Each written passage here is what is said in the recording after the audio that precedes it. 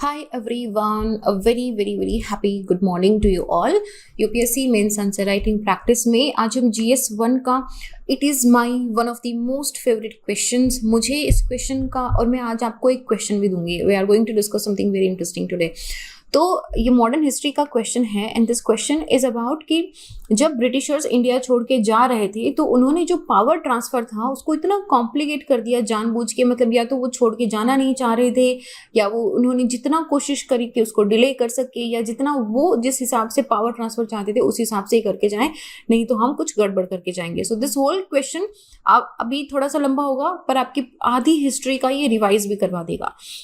So let's just talk about this question. मेरा नाम संतोष है। अगर आप मुझसे जुड़ना चाहते हैं तो little_simple_बुद्धा इंस्टाग्राम या टेलीग्राम पे आप मुझसे जुड़ सकते हैं। इसके साथ ही इस क्वेश्चन का पीडीएफ भी आपको टेलीग्राम से मिल जाएगा। I will be downloading all the PDFs today. So coming to the question, 2019 में क्वेश्चन आया था, very important but not just like on the point question है। Listen to this.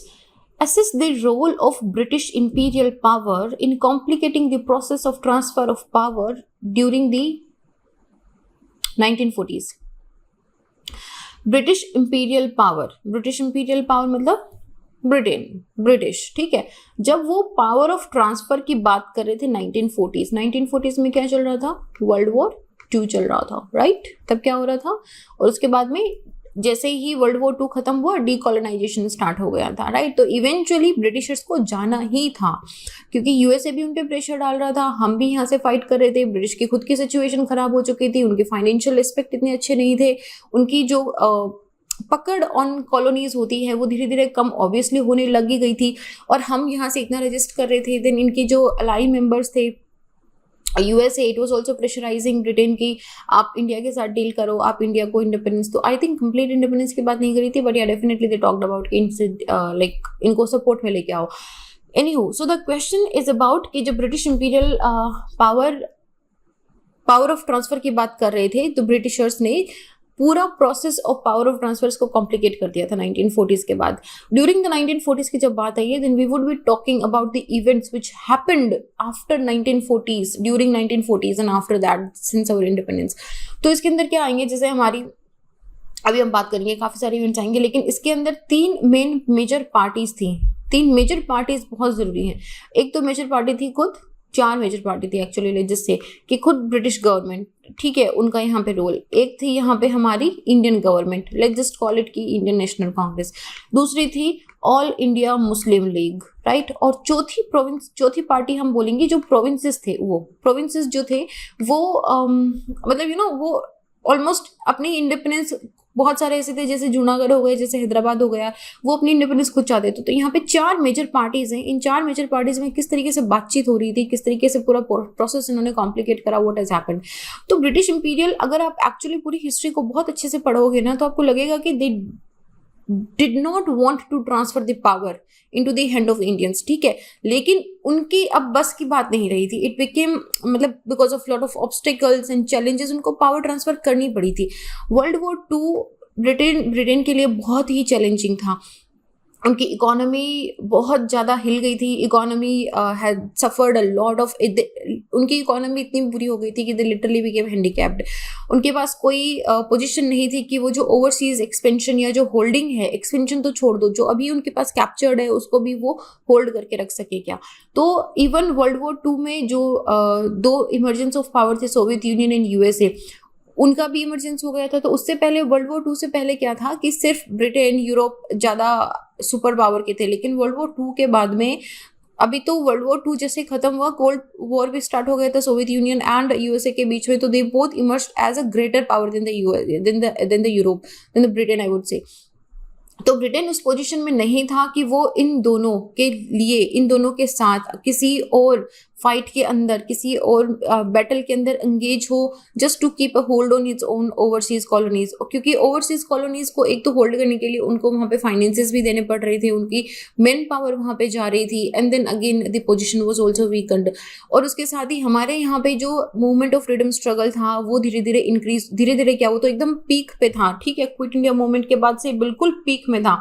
1940s के बाद चाहे वो नेशनलिस्ट हो, चाहे रेडिकल्स हो, चाहे कोई भी ग्रुप हो, एवरीबडी वाज वांटिंग कि अभी बस हो गया, बहुत हो गया, अब now we need complete independence, we need transfer of the power.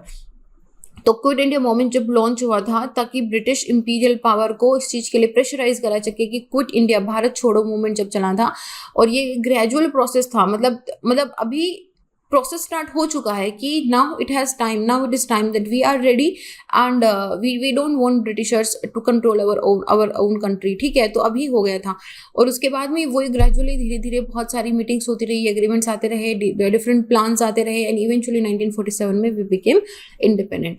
तो ब्रिटिश जो रिलेक्टेंट थे ट्रांसफरिंग ऑफ पावर में, इन्होंने बड़ी कॉम्प्लिकेटेड प्रोसेस पॉलिसी अडॉप्ट करी थी। जैसे 1940s में 8 अगस्त 1940, 8 अगस्त is my birthday also, not 1940 definitely, but 8 August is my birthday also. So I prepared this question for my interview also actually. Okay, coming back to August offer. So August offer में क्या हुआ था, Britishers ने अगस्त offer propose करा था कि हमको world war 2 के अंदर इंडियंस का सपोर्ट चाहिए। डिस्पाइट ब्रिटिशर्स वर कन्विंस्ड कि जो दे वर कन्विंस्ड टू गिव इम्पोर्टेंस कि हम जो इंडियंस की डिमांड है उसको हम इम्पोर्टेंस देंगे। उन्होंने बोला कि हम ना आपको एक डोमिनियन स्टेटस देंगे और मुस्लिम लीग को वीटो पावर दिया जाएगा, ठीक है। तो आईएनसी सॉफ्टवेयर स्टैंड, उन्होंने बोला कि ठीक है, ओके।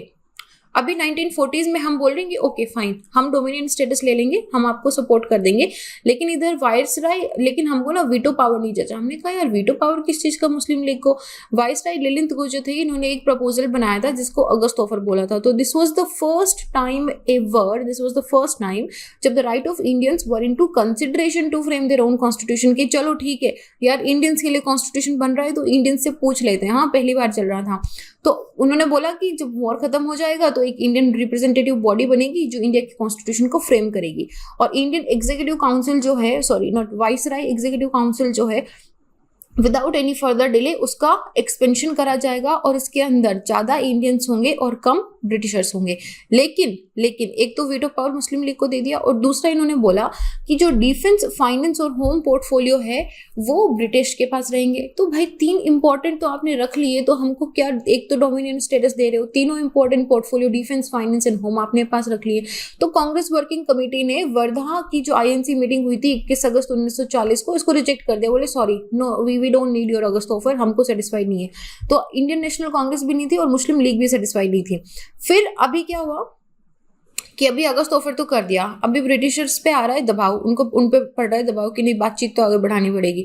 तो उन्होंने भेजा 1942 के अंदर क्रिप्स मिशन जब आया तो उन्होंने बोला कि अभी थोड़ा और अच्छे से बात करो, ठीक है। तो उन्होंने बोला कि इंडियन नेशनलिस्ट वैसे अग्री तो हो गए कि जो अलाइड पार्टी है उसको सपोर्ट करेंगे, but we were also hopeful कि यार जैसे ही वॉर खत्म होगा हमको immediate substantial power of transfer चाहिए, and now we are talking about complete independence. Cripps mission में C for complete independence, Cripps mission में हमने बोला कि we need immediate power of substantial power, कि अभी की अभी कोई पावर ट्रांसफर करो, और जैसे ही वॉर खत्म होगा we need complete independence. Proposal British government के पास गया। ब्रिटिश गवर्नमेंट जो है वो भी यूएसए से प्रेशर फील कर रही थी, बाकी जो अलाइड लीडर्स थे वो भी अपनी imperial policies India, they were also its over their imperial policies in India. तो वो भी चाहते थे कि यार अलाइड जो वॉर एफर्ट है इसके अंदर इंडिया का सपोर्ट होना चाहिए, ठीक है। और उधर से जापान की थ्रेट आ रही थी कि नहीं, जापान अगर तुमने नहीं हैंडल करा, अभी सिचुएशन नहीं टैकल करी, तो उधर से जापान जो है वो साउथ ईस्ट एशिया से बढ़ रहा है, म्यांमार से आगे होता हुआ आ रहा है, और डोमिनियन स्टेटस जो है वो उन्होंने बोला कि हम आपको इमीडिएटली दे देंगे। अगस्त में क्या बोला था, अगस्त ऑफर में, कि हम आपको वॉर खत्म होने के बाद डोमिनियन स्टेटस देंगे। क्रिप्स मिशन में इस बात पे आ गए कि चलो यार, हम जैसे ही हम आपको ना इमीडिएट डोमिनियन स्टेटस देंगे। और इसमें ये भी बोला कि इंडिया में एक कॉन्स्टिट्यूशन असेंबली होगी जो एक नया कॉन्स्टिट्यूशन फ्रेम करेगी। तो ये कॉन्स्टिट्यूशन असेंबली वाला तो एक्चुअली फुलफिल हुआ था, ये क्रिप्स मिशन से ही आया था। उसके बाद में ये भी बोला कि जो असेंबली के मेंबर हैं, इस कॉन्स्टिट्यूशन असेंबली के मेंबर, वो प्रोविंस असेंबली से इलेक्ट करे जाएंगे, और बाकी जो प्रोविंसेस हैं वहां पे उनकी जो प्रिंसेस है वो उसको नॉमिनेट करेंगे। तो ये भी बोला कि अगर कोई प्रोविंस अनविलिंग है इंडिया के डोमिनियन स्टेटस को ज्वाइन करने के लिए, तो वो अपना एक सेपरेट यूनियन और अपना एक सेपरेट कॉन्स्टिट्यूशन बना सकता है। मतलब इसको ये बोल दिया कि तुम सक्सीड कर सकते हो, सीड कर सकते हो इंडिया से, मतलब अगर कोई प्रोविंस इंडिया के साथ नहीं रहना चाहती है, सेपरेट यूनियन बना लो।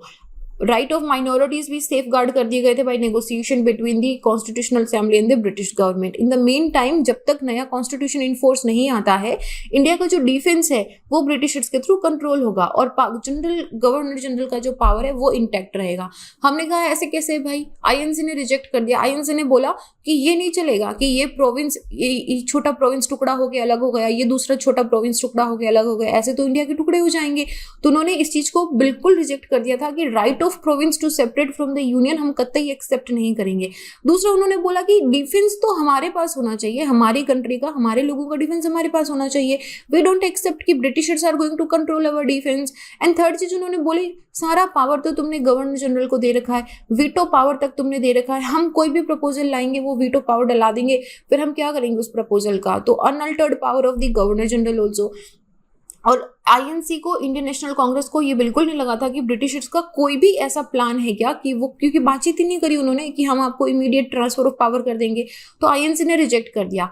ऑल इंडिया मुस्लिम लीग ने भी रिजेक्ट कर दिया क्योंकि उनको आइडिया ऑफ सिंगल यूनियन नहीं जचा, उनको चाहिए था भारत एंड पाकिस्तान, पाकिस्तान चाहिए था। और यहाँ पे क्रिप्स मिशन में पाकिस्तान की कोई बात ही नहीं करी थी। दूसरा, ऑल इंडिया मुस्लिम लीग को ये भी पसंद नहीं आया कि जो कॉन्स्टिट्यूशनल असेंबली के अंदर जो मेंबर बनाए जाएंगे वो या तो प्रोविंस असेंबली से आएंगे और या फिर प्रिंस उसको नॉमिनेट करेगा, तो उनको ये बात भी नहीं जची। तीसरा, उनको ये नहीं जचा कि procedure to decide on the province accession to the Indian union की, मतलब ये वाला जो चीज है ना, एटलीस्ट दिस, ये चीज दोनों पे नहीं जची थी। लेकिन मुस्लिम लीग का अपना डिफरेंट था कि यार जो पार्ट हम पाकिस्तान में चाहते हैं कहीं वो पार्ट सेपरेट ना हो जाए। तो हालांकि ये इस पूरे प्रोसेस में आप देखोगे ना तो इट सीम्स कि इन्होंने, they are trying to complicate the transfer of the power which led to finally failure of the mission. Cripps mission fail हो गया। Cripps mission being return in England, Mahatma Gandhi ने 1942 में क्विट इंडिया मूवमेंट स्टार्ट कर दिया। अब 1945 के अंदर Wavell plan in Shimla conference आया। बातचीत अभी हुई नहीं है और हम लोग वर्ल्ड वॉर 2 के एंड पे आ गए हैं। तो वेवल जी आए। वेवल जी एक आर्मी के पर्सन थे। वेवल ने प्रपोज करा, all post of the government, जितनी भी पोस्ट है वो सारी गवर्नमेंट की है, वो इंडियंस को दे दी जाएगी except to commander in chief in army and governor general के अलावा जितनी भी पोस्ट है सब हम इंडियन को दे देंगे। जितने भी पोर्टफोलियो है एक्सेप्ट डिफेंस वो इंडियन मेंबर के रहेंगे। तो ये बात तो सेम ही हो गई, क्रिप्स मिशन वाली बात कर दी है ना। और ये भी बोला है कि अभी वाइसराय या गवर्नर जनरल जो है उनके पास वीटो पावर तो रहेगा, वीटो पावर तो हम नहीं छोड़ेंगे, वो तो हमारा लाइक वो बोलते हैं ना कि जादू की छड़ी है टाइप, लेकिन हम उसको मिनिमम यूज करेंगे। हमको क्या पता आप मिनिमम यूज करोगे। And in the proposed executive council also एक बैलेंस्ड रिप्रेजेंटेशन आएगा। ये बात हमको कतई नहीं जची थी। गांधी जी ने बड़ा स्ट्रांगली अपोज करा था इस चीज पे कि balanced representation of Indians against caste, Hindus, Muslims, depressed classes in Sikh, divide कर रहे हैं। This is like what you are dividing the Indian society. Anyways you have tried so much, but अभी अगर इस तरह का बैलेंस्ड रिप्रेजेंटेशन एग्जीक्यूटिव काउंसिल में आता है तो एक बहुत ही clear cut division in the society आ जाता। और इन्होंने मुस्लिम्स को 6 आउट ऑफ 14 मेंबर, 14 में से 6 लोग, विच इज लाइक कितना हो गया, अराउंड 40% के आसपास हो गया, इतने लोग जो हैं वो मेंबर उसमें असेंबली में जाएंगे। लेकिन इनका शेयर ऑफ पॉपुलेशन सिर्फ 25% था, लेकिन परसेंटेज ऑफ मेंबर बहुत ज़्यादा था। तो Wavell drop the plan. Wavell ने ये प्लान बाद में ड्रॉप कर दिया क्योंकि मुस्लिम लीग और कांग्रेस दोनों एक लाइन पे नहीं आ पाए, दोनों के बीच में डिसएग्रीमेंट हो गया था।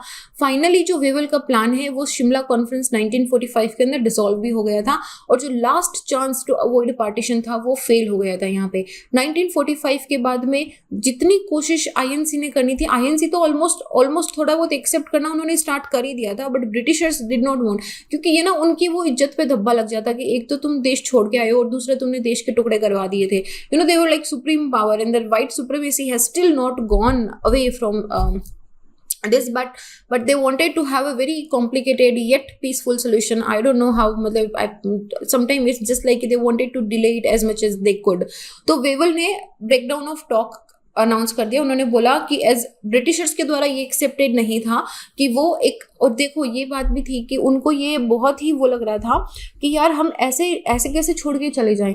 अगर हम बिना किसी एक कॉमन पॉइंट पे, अगर मैं इंडियन नेशनल कांग्रेस और मुस्लिम लीग को एक पॉइंट पे नहीं लेके आ सकता हूँ तो ये चीज़ हमारा जो पूरा इमेज है उस पर बहुत बड़ा ब्लो हो जाएगा। तो उन्होंने उसके बाद में क्या हुआ कि मुस्लिम लीग को वर्चुअल वीटो दे दिया था, तो इससे मुस्लिम लीग की पोजीशन काफ़ी स्ट्रेंथन हो गई थी। 1945-46 के अंदर जब इलेक्शन हुए थे तो ये चीज़ हालांकि फिर वो प्रूफ भी हो गया था कि जिन्ना की पोजीशन अच्छी खासी है, लेकिन this also expose to the conservative nature of the church और the character of the conservative government of the Churchill. तो शिमला कॉन्फ्रेंस की फेल के बाद में Wavell came up with secret scheme जिसको बोला गया वेवल्स ब्रेकडाउन प्लान। वेवल्स का ब्रेकडाउन प्लान में क्या बोला कि डिसएग्रीमेंट तो है, British would withdraw to be 6 Pakistan provinces, और उन्होंने बोला कि छह जो प्रोविंसेस पाकिस्तान प्रोविंसेस हैं वहां से ब्रिटिश विड्रॉ कर लेगा और आईएनसी के पास में रेस्ट ऑफ द इंडिया छोड़ देगा। वेवल ने जो क्रिप्स मिशन का प्रपोजल था उसको रिवर्स करा, विच सेड कि INC as the only platform which would discuss with the government. और वेवल ने यहाँ पे 2 प्लेटफॉर्म शिमला पे क्रिएट करे थे। उन्होंने बोला कि एक तो raising the level of Jinnah to the level of Gandhi, Gandhi ji के बराबर जिन्ना का लेवल कर दिया था। मतलब आई एम नॉट सेइंग कि नहीं था, but nation of the father, okay, understand this. और दूसरा ऑल इंडिया मुस्लिम लीग को sole dispenser to the Muslim fate in India बता दिया था। हालांकि देखो ये बात भी थी, अगर आप हिस्ट्री पढ़ी है आपने, अगर आपने स्पेक्ट्रम भी पढ़ी है, then you know that not all the Muslims were with the All India Muslim League. ठीक है, बहुत सारे मुस्लिम्स ऐसे थे which were with the Indian National Congress, जो कभी कभी किसी पार्टी में थे भी नहीं, they were like very neutral position, they wanted to stay in India. लेकिन जितनी भी मुस्लिम कम्युनिटी थी उन सबका जो मतलब आप ऐसे बना लो कि करता धरता जो है वो मुस्लिम लीग को बना दिया गया था। फिर 1946 के अंदर कैबिनेट मिशन आया, एटले आए थे, ब्रिटिश नए पीएम बने थे, चर्चिल हार गए थे, एटले आए थे। तो एटले ने इंडिया में एक मिशन भेजा एंड ही वाज लाइक कि अभी इसको मैटर को रिजॉल्व करना है, अभी हो गया बहुत। सो ही सेंड कि अभी इंडिया में पावर ट्रांसफर करना है to from the British Indian government to the Indian leader. तो उन्होंने मिशन को भेजा टू रिजॉल्व जो ये पॉलिटिकल डेडलॉक आके रखा था ना आईएनसी और मुस्लिम लीग के बीच में, national Congress and Muslim league के बीच में, तो उसको डेडलॉक को क्लियरिफाई करने के लिए भेजा, उसको रिजॉल्व करने के लिए भेजा, क्योंकि कम्युनल राइट्स होना बहुत स्टार्ट हो गई थी। मतलब ये यार ये मैं I want to say something, but वो बहुत ही हो सकता है कि वन साइडेड हो जाए, बट दीज कम्युनल राइट्स मतलब ऐसा होता है ना कि भारत में बहुत जगह पे ऐसे बर्न होना स्टार्ट हो गए थे। Like if you consider India as a body, as our mother India, and then it's like she was burning from places, ठीक है। तो यहाँ पे तो हालांकि the mission has complicated the power transfer by grouping the provinces into 3 sections, A B C 3 section में डाल दिया था। Majority of the Muslim provinces थे उनको 2 ग्रुप में डाल दिया था, और बाकी जो रिमेनिंग हिंदू मेजॉरिटी के जितने भी प्रोविंसेस थे उनको एक ग्रुप के अंदर डाल दिया था। फिर 1947 का बड़ा इंपॉर्टेंट प्लान है, इसको हम डिकी बर्ड प्लान बोलते हैं, इसमें प्लान या फिर प्लान बाल्कनाइजेशन, प्लान बाल्कन भी बोलते हैं। ये इसमें प्लान ना, दिस इज न्यू, इसको इसमें आप कंफ्यूज हो सकते हो, दिस इज न्यू, ये इसी को बोलते हैं प्लान बाल्कन को, ठीक है। तो ये माउंट बेटन ने डिकी बर्ड प्लान करा था इंडिया की इंडिपेंडेंस के लिए। तो इनका मेन प्रपोजल ये था कि प्रोविंसेस जो हैं दे शुड हैव इंडिपेंडेंस, कि अगर independent successor state rather than Indian union, कि एक इंडियन यूनियन या फिर 2 dominion of India and Pakistan बनने से अच्छा है कि अगर प्रोविंसेस अपनी इंडिपेंडेंस चाहते हैं तो they can be an independent state. तो मतलब वही बात हो गई कि जैसे यूरोप में छोटे छोटे कंट्रीज हैं, तो अगर ये डिकी बर्ड प्लान सक्सेसफुल होता तो इंडिया अभी छोटे छोटे स्टेट्स के अंदर बंट गया होता, and the state later would decide कि उनको कॉन्स्टिट्यूशनल असेंबली भी ज्वाइन करनी है या नहीं करनी है। ये प्लान डिटेल में डिस्कस नहीं करा गया with the leader of India, and Mountbatten ने जस्ट ये इनफॉर्मली डिस्कस करा था। उसने प्लान को फाइनल टच दिया और उसने लंदन भेज दिया। लेटर बाद में जब वो शिमला की तरफ मूव हुए तो जवाहरलाल नेहरू ने उनको एज ए गेस्ट ज्वाइन करा, और यहाँ पे जो डिटेल ऑफ प्लान जो माउंट बेटन की थी उन्होंने नेहरू के सामने रखी। Nehru was utterly shocked, he right away rejected the plan and he said कि द प्लान कि आप इंडिया को तोड़ने की बात कर रहे हो, when you are talking about balkanisation of India and you want me to approve this plan. उसके बाद में what is going to happen, it is already India is burning, it will completely blast into something else and it would provoke conflict and violence also। तो completely आप reject कर दिया, और mount batten ने England को phone करके बोला कि ओके कैंसिल द प्लान। फिर आती है बात पार्टीशन की। जुलाई 1947 के अंदर फाइनली ब्रिटिश पार्लियामेंट ने इंडियन इंडिपेंडेंस एक्ट 1947 डिक्लेयर कर दिया था, जिसके अंदर इंडिया एंड पाकिस्तान को 2 अलग डिफरेंट कंट्रीज में डिमार्केट कर दिया था at the midnight of August 14 and 15। तो पाकिस्तान का इंडिपेंडेंस डे 14 अगस्त होता है, इंडिया का इंडिपेंडेंस डे 15 अगस्त होता है। टू नेशन थ्योरी बहुत इंपॉर्टेंट फैक्टर था, and this two nation theory fuelled communalism also. मतलब गद्दार अगर मूवी आप देखो तो वो तो Gadar movie is just one part of what has happened during the partitions. मतलब हमको खुशी होनी चाहिए ना कि हमारा देश आज़ाद हो गया फाइनली, हम हमारा देश चलाएंगे, but that was not there because of the fuelled communalization. And the task of demarketing the boundaries was also given to the British lawyer sir Cyril Radcliffe, जिनके नाम पे रेडक्लिफ हमारी बाउंड्री भी है, जिन्होंने इस कंट्री को आज से पहले कभी विजिट नहीं करा था। उनको कोई क्लू नहीं था कि सोशल एंड पॉलिटिकल क्या कॉन्सिक्वेंसेज होंगे उनके एक पेंसिल से लाइन ड्रॉ करने पर, और उन्होंने आए और 2 बाउंड्रीज यहाँ पे बना दी थी। लार्ज स्केल कम्युनल वायलेंसेस हुए थे, लोगों को फोर्सफुली माइग्रेट करा गया था। यू नो द सिचुएशन कि what was the situation into the border areas of Pakistan and Bharat side, मतलब it was just pains the heart even to think about it. तो उसके बाद ऑटोनॉमी ऑफ प्रिंसली स्टेट की बात है, क्योंकि मैंने आपको बोला ना कि 4 पार्टीज हैं यहाँ पे, तो 3 पार्टी तो रिजॉल्व हो गई, चौथी पार्टी को क्या बोला, British paramountcy on the princely state, और जितनी भी एग्जिस्टिंग ट्रीटीज थी वो उन्होंने 1947 में सब खत्म कर दी, और ये बोला कि प्रिंसली स्टेट अब इन ब्रिटिश इंडिया का पार्ट नहीं है, दे बिकेम इंडिपेंडेंट। तो उनके पास 2 ऑप्शन है कि इधर दे मर्ज विद इंडिया या पाकिस्तान, या फिर इंडिपेंडेंट रह लो।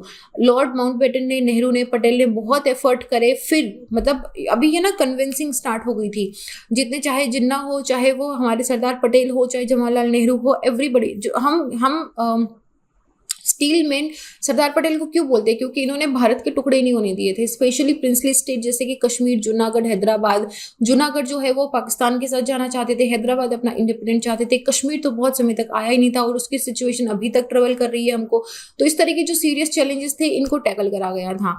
तो फिर बाद में आया दी एग्जिट, अभी हो गए, ओके हमने पावर ट्रांसफर कर दिया है, हमने डिवाइड कर दिया है कंट्री को, हमने ऑटोनॉमी दे दी है जो प्रोविंसेस प्रिंसली स्टेट थे उनको। तो एटले का स्टेटमेंट था 30 जून 1948 को एज द डेडलाइन। उन्होंने बोला कि तुमको अगर 15 अगस्त तक डेडलाइन दे दी थी कि अभी करना है तो कर लो, नहीं करना है तो फिर हम आपको जो मर्जी होगी वो करेंगे। तो डेडलाइन दे दी थी, deadline for the transfer of the power to the India. There were many reason behind this hurry also, कि वो क्यों हरी कर रहे हैं। मतलब 1940 से तो बात खींची रही थी ना कि ये प्लान आ रहा है, वो वाला प्लान आ रहा है, पर अभी डेडलाइन दे दी थी कि बस अभी हो गया, बहुत प्लान्स हो गए, अभी let's just transfer the plan. तो एक तो था कि जो anomalies in arranging the detail of partitions and totally failed to prevent the Punjab massacre. इसकी वजह से कोई ट्रांजिशनल इंस्टीट्यूशनल स्ट्रक्चर इन्होंने दी नहीं थी कि जो पार्टीशन की प्रॉब्लम है इसको टैकल करी जा सके। मतलब सडनली किसी का घर है यहाँ पे और यहाँ से एक पार्टीशन की लाइन खींच दी गई है। अब ये इंसान भारत में भी है, पाकिस्तान में भी है, किसी का खेत आधा भारत में है, आधा पाकिस्तान में है। माउंटबेटन ने ये चीज की उम्मीद करी थी कि जो common governor general of India और पाकिस्तान है वो बनाया जाएगा, तो वो एक नेसेसरी लिंक हो जाएगा कि दोनों कंट्रीज के बीच में एक कॉर्पोरेशन आएगा। लेकिन जिन्ना ने टोटली मना कर दिया कि हमको नहीं चाहिए कॉमन गवर्नर जनरल, पाकिस्तान पूरा हमारा रहेगा, हम कंट्रोल करेंगे। And there was a delay in announcing the boundary commission award also, जो रेडक्लिफ अवार्ड है, तो वो 12 अगस्त 1947 को रेडी हुआ था। Mountbatten decided to make it public on 15 August only. 15 अगस्त को ही इस आदमी को पता चला कि यहाँ से जो हमारी विभाजन रेखा है वो उसके घर के सेंटर से निकल रही है। Now Mountbatten decided to make it public after 15th August so that the British could escape all the responsibilities of the disturbance की अरे हम तो चले गए थे, अब तो ये आपकी गवर्नमेंट की बात है, हम क्या करते। एक बहुत ही तो मतलब there's a lot of complications being such a democratic country, being such a powerful country. If they could not let two parties talk with each other, come to a common ground, जहाँ पे इतने लाखों लोगों की murder नहीं होते, लाखों लोगों के घर नहीं उजड़ते, आज भी भारत पाकिस्तान एक दूसरे के दुश्मन नहीं होते, situations could have been handled a lot better। हालांकि मेरे थोड़े पर्सनल इमोशंस भी जुड़े हुए हैं इसमें, but that's a different thing। but that's the question is कि एक बहुत ही better transfer of power plan करा जा सकता था। जो पार्टीशन पे ब्लड बात हुई, which is one of the worst historic event in the world, वो जो टग ऑफ वॉर कश्मीर पे अभी तक चल रहा है, बॉर्डर एरिया पे अभी तक जो दिक्कत चल रही है भारत और पाकिस्तान के बीच में, आज भी शांति वार्तालाप नहीं होता है। This all goes back to the pre independence and it is very hard to let go the main resource supply. मतलब ब्रिटिशर्स के तो वो ऑब्वियसली क्यों जाएंगे, क्योंकि यहाँ से बहुत सारा रॉ मटेरियल मिलता था, उनका सबसे बड़ा मार्केट था, तो उनको इंडिया के लिए पावर देना इसलिए एक मजबूरी हो गई। अब क्या करें, मतलब गले नहीं उतरता वाली बात हो गई थी। बहुत सारे करंट प्रॉब्लम भी थे, जैसे कि हमारे काफ़ी सारे इनक्लेव बांग्लादेश में थे, बांग्लादेश के काफ़ी सारे इनक्लेव इंडिया में थे। तो 100th कॉन्स्टिट्यूशन अमेंडमेंट लेके आए थे हम 2015 में, जिसमें इनक्लेव्स को एडजस्ट करा गया था। माइग्रेशन इशू बहुत बड़ा था, जमीन का एडजस्टमेंट बहुत बड़ा था। भारत ने बहुत I think I don't remember exact money, but कुछ पैसे जो कश्मीर को पाकिस्तान को दिए थे, पाकिस्तान को दिए थे ताकि वो अपना एक नया देश स्टार्ट कर सके। कश्मीर का इशू भारत पाकिस्तान के बीच में, they all have their roots which were created by the complications in the transfer of power by the British imperial power in 1940s. So this was the question. So this मतलब अभी आप बोलोगे कि थोड़ा लंबा हो गया, आई नो, मतलब थोड़ा मुझे ये क्वेश्चन बड़ा अच्छा लगा था कि इसमें मतलब it is asking you to think beyond what you have read. तो इस तरह के क्वेश्चन आते हैं। तो इसी तरह का I have another question for you also. मैं इसको 2 बार रिपीट करूंगी, अच्छे से सुनना, think about it and then write the answers, think about it. This is very interesting question. So the question says कि अगर ब्रिटिशर्स इंडिया में नहीं आते तो आपको क्या लगता है कि what would have been the current situation of India. Let me repeat the question. अगर इंडिया का कॉलोनाइजेशन नहीं होता तो आज करंट सिचुएशन में इंडिया के हालात कैसे होते। आपको क्या लगता है कि इंडिया का ये सिचुएशन अभी हुआ होता। थिंक, अभी इमोशंस, अभी थोड़ा ना हार्ट नहीं, हेड से सोचना, ठीक है।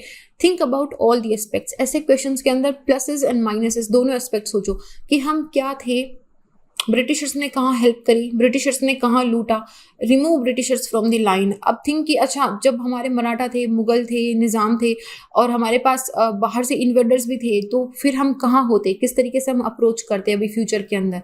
Think about it, think about Tipu Sultan also, think about Bajirao also, think about Mughal Empire also, think about a lot of aspect and then think about this answer, like and write in the comment section what do you think. At least write 5 points कि आपको ये लगता है कि India की आज ये situation होती या इंडिया इस तरीके से होता।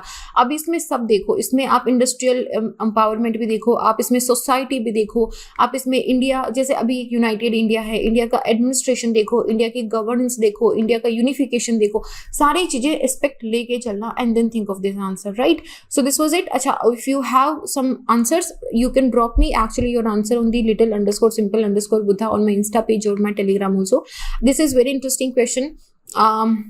इस पे डिस्कशन खत्म नहीं होता है, but I want you to think beyond what you read, right. So this was it. I will see you guys in the next question. जय हिंद।